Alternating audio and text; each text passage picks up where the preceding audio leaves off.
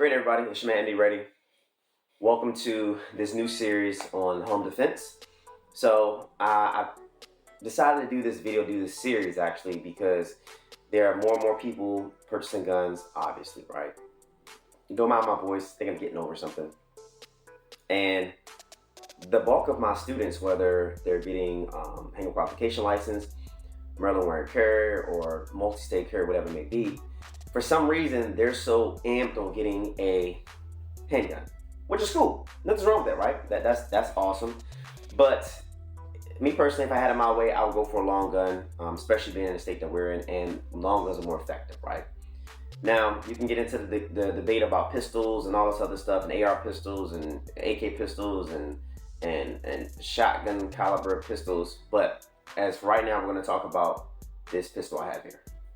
So let's make sure it's clear.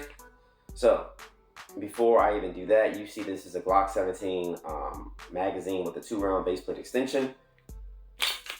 The gun is clear, nothing's in there. And I have plus P ammo on here because this Glock 17L is a 6-inch barrel, so it can really maximize the plus P 9mm.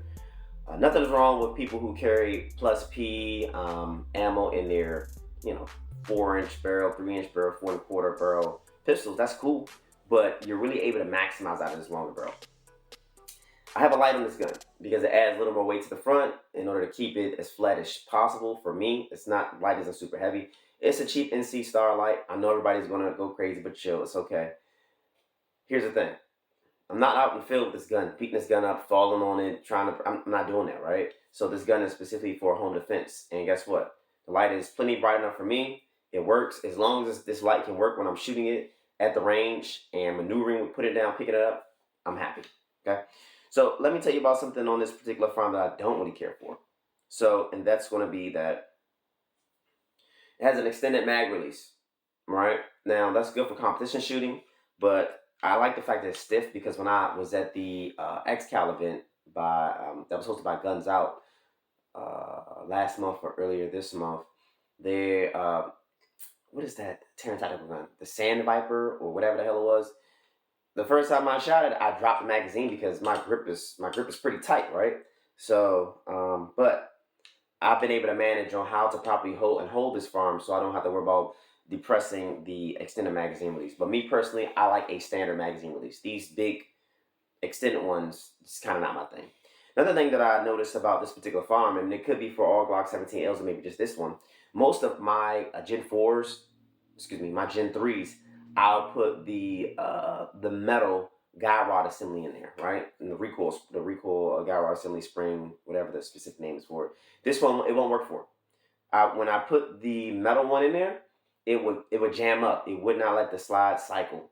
So I had to go back to just the standard plastic and metal one. Plastic rod with the steel spring, of course. If anybody else had that issue, please let me know because I thought that was pretty interesting. But none of my 17s or even my 19s did that. And I even tried putting this, I even put this barrel on top of a different Gen 3, and it did the same exact thing.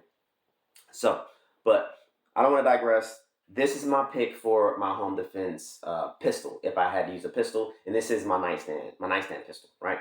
So this is my nightstand pistol. I have some light stippling on here that I did myself. I'm going to actually shave the finger grooves off and sand them down and re-stipple it. I did a double undercut under the trigger to give me a higher purchase on this firearm. And yeah, that's pretty much it, guys. You don't see too many Glock 17Ls. They are kind of that gun that has kind of gone with the times, but I love it. It shoots very nicely, and I can literally put rounds in the same hole with these standard sights, 3, 6, 9, 10 plus yards with no problem. So that's it. Before ending this video, please make sure that you do a few things, guys. Please make sure you get some type of advanced medical CPR training, because even though you carry a gun for your protection, if you have to shoot somebody, there's a chance you pick a shot. And if you don't know how to use something as simple as, a tourniquet, this is one of my medical boxes I have here, using something as simple as a tourniquet, or even, how to, pack a wound with gauze, then you can find yourself bleeding to death or dead, right? Also, I use a stop box. I'm not advertising for them, but I use this with a cable, of course, for my Glock 17L, so that I'll have access to it. I don't have to worry about batteries, anything of that nature. So better than just keeping a gun in a drawer, because that's, you know, you're just giving a gun to somebody. And if you do have one of those boxes, make sure that you do have a cable or something, because if not, you're just making a convenient carrying case for somebody to take the gun. So with that being said, thank you guys. Please make sure you guys share, like, subscribe. What is your home defense pistol? Do you agree with me choosing a 17L, or do you think it's silly, right? Do you guys have a micro compact gun, or do you have a, you know, a micro compact gun like a Glock 43, a Hellcat, or something like that? And if you do choose to go that route, make sure you get an MCK brace so that you can be able to be a little more effective with it. But for me, I want a little more barrel, and I also want to make sure that I can be as accurate as I possibly can. So with that being said, guys, make sure you like, share, subscribe. God bless you guys. Take care.